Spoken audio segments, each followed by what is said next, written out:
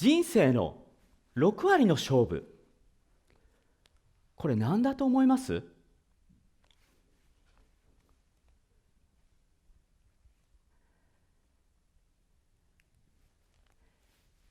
？Google で先生に仕事の時間聞いたらこんな資料出ました。そして人生の6割が仕事の時間なんです。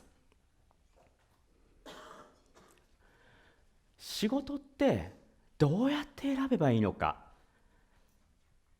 人生の6割ですからね、難しいですよ。僕ずーっと迷ってた。これ迷ったことある人ってどれくらいいらっしゃいます？ですよね。これ誰も手挙がんなかったらここでトーク終了しようと思ってました。人生の社会人への一歩、そして社会人になっても迷う一歩、それが仕事の選択なんです。今日は僕流の仕事の選択の話をしに来ました。僕のこのアイデアのおかげで、僕はこの20年間、もうね、仕事が楽しくてたまんない。一切休みたくない。逆に、僕の仲間が会社に入って鬱になり、辛い思いをしました。で、そいつに今日のトーク聞かせたいなって思って作ってきました。今日のアイデアは、仕事のストレスとかも消せるアイデアだって自信があります。では僕がどんな仕事を選んだのか。僕プロギャンブラーなんです。プロギャンブラーで検索していただくと、トップ10個のうち9個くらいが僕になってます。すごいでしょ？独占状態です。この中でギャンブラーって運勝負じゃないのっていう方、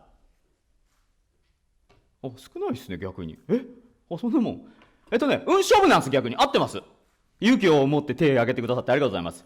運勝負なんです。ただ1日単位は運勝負だけど、月単位年単位になるとスキル勝負になってきます。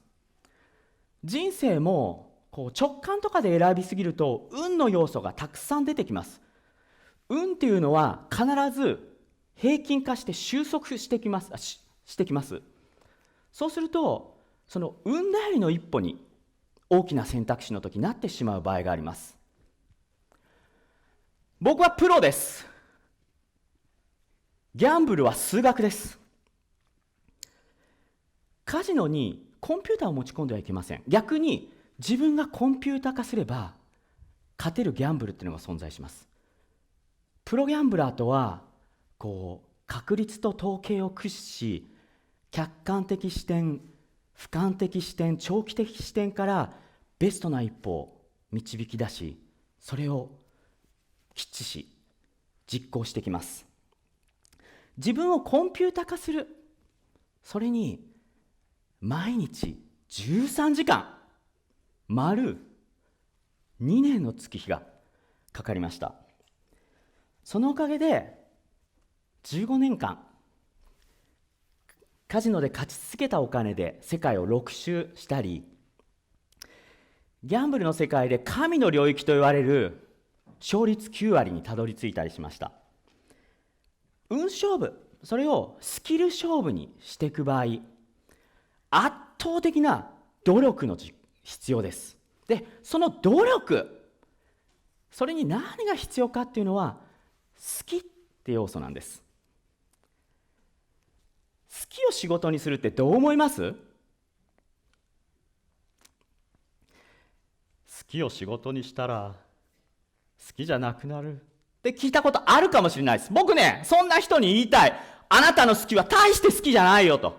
だって思い浮かべてください。一番好きな飲食、それを例えば、ラーメン、スイーツ、カレー、コーヒー、ビール、毎日食べて、毎日飲んで、どう？そんな仕事してって言われたら休みたくないっしょ？毎日できるし好きなまんまでしょ？好きってね、何度もできるんです。好きってね、継続するから実力がじわじわって上がっていくんです。好きってね、壁が来ても乗り越えようっていう気持ちになるんです。そして僕の好きってね、カジノ勝負で勝ちたいんです。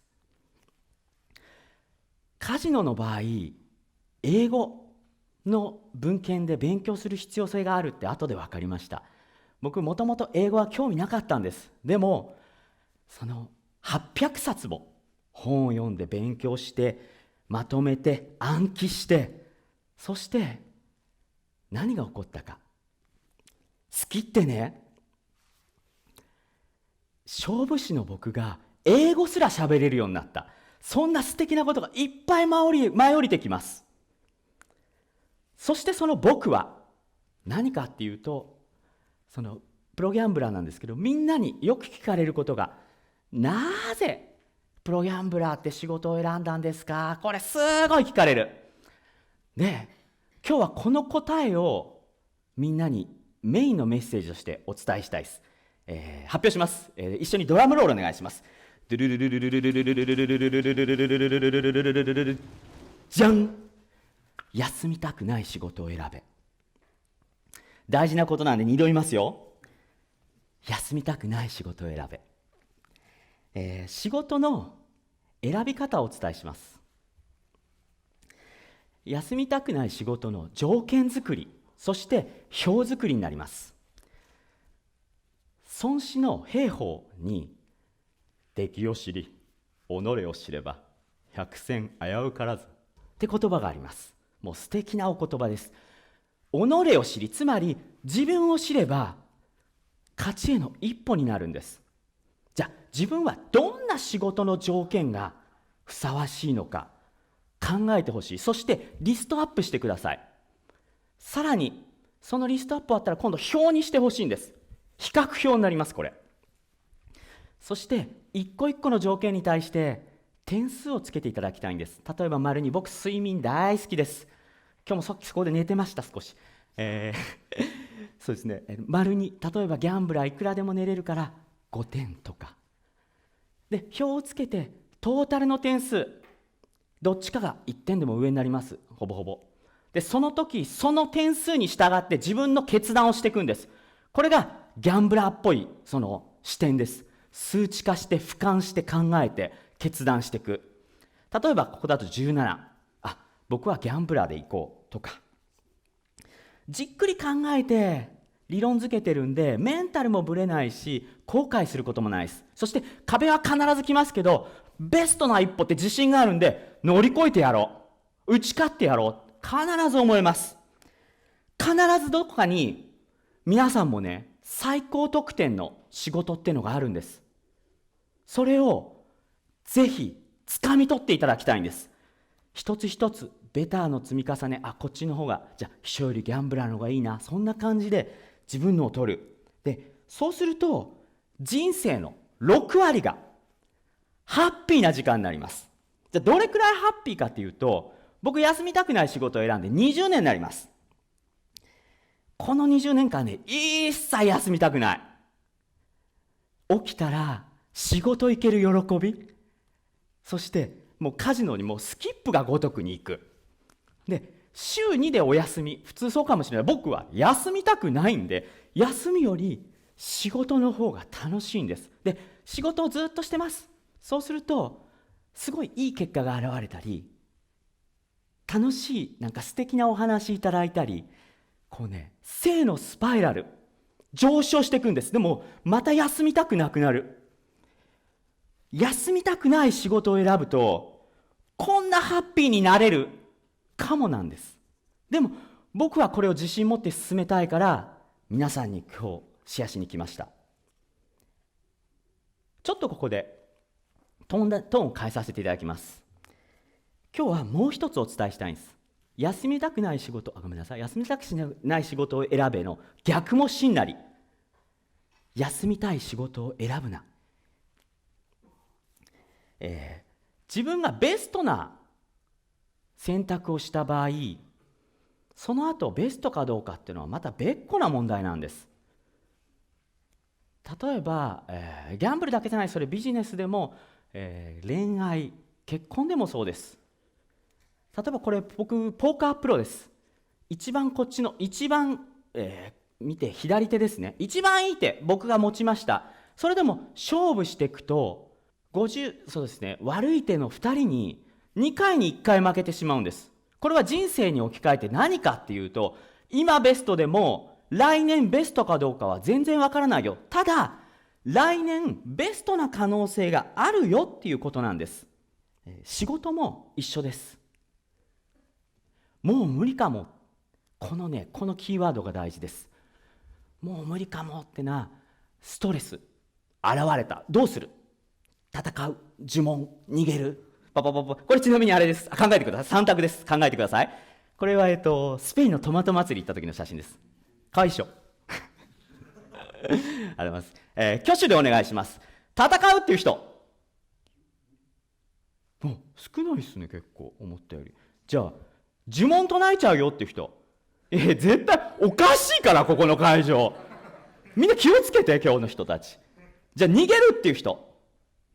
そう逃げてください。何かっていうと、プロギャンブラーのテクニックで、ウォーキングっていうのがあります。じゃあカジノに来ました。この中で必ずベストに勝てるところのテーブルがどっかにあるはずなんです。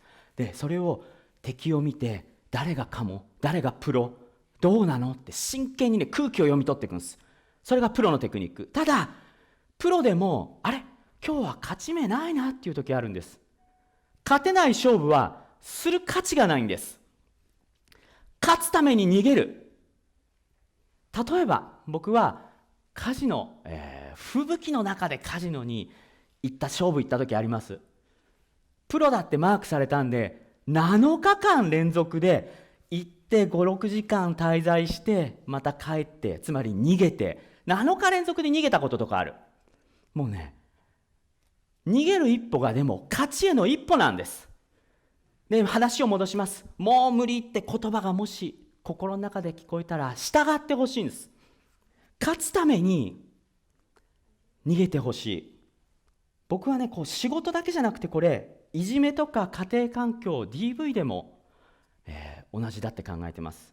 もう無理って心の言葉が聞こえたら、必ず猛ダッシュで逃げてください。どっかにさらに連絡してください。そしたら必ずどこかであなたのその声を、悩みを聞いてくれる人が必ずいますから。だってね、世の中真面目すぎる人、辛い思いしちゃうんです。我慢しすぎちゃうんです。僕見て、もうね、適当なとこあってポイポイする能力いっぱい持ってるんです。そこを真似てほしいんです。みんなに真面目すぎポイポイ、これ復唱してもらっていいですか？いきますよ。真面目すぎポイポイ。ちょ待ってください。全然この辺でまだ真面目いっぱい、この辺まだポイポイいっぱい残ってる。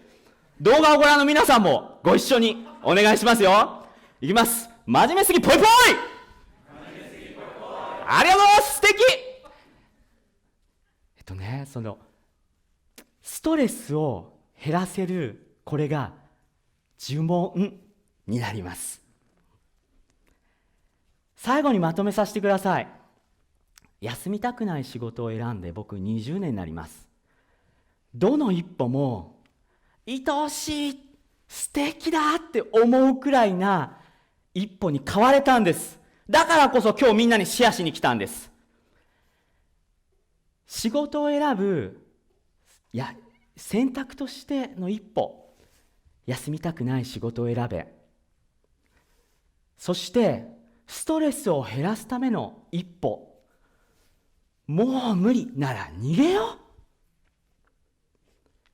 この二つでみんなと一緒に素敵な一歩歩みたいと思います。ご清聴ありがとうございました。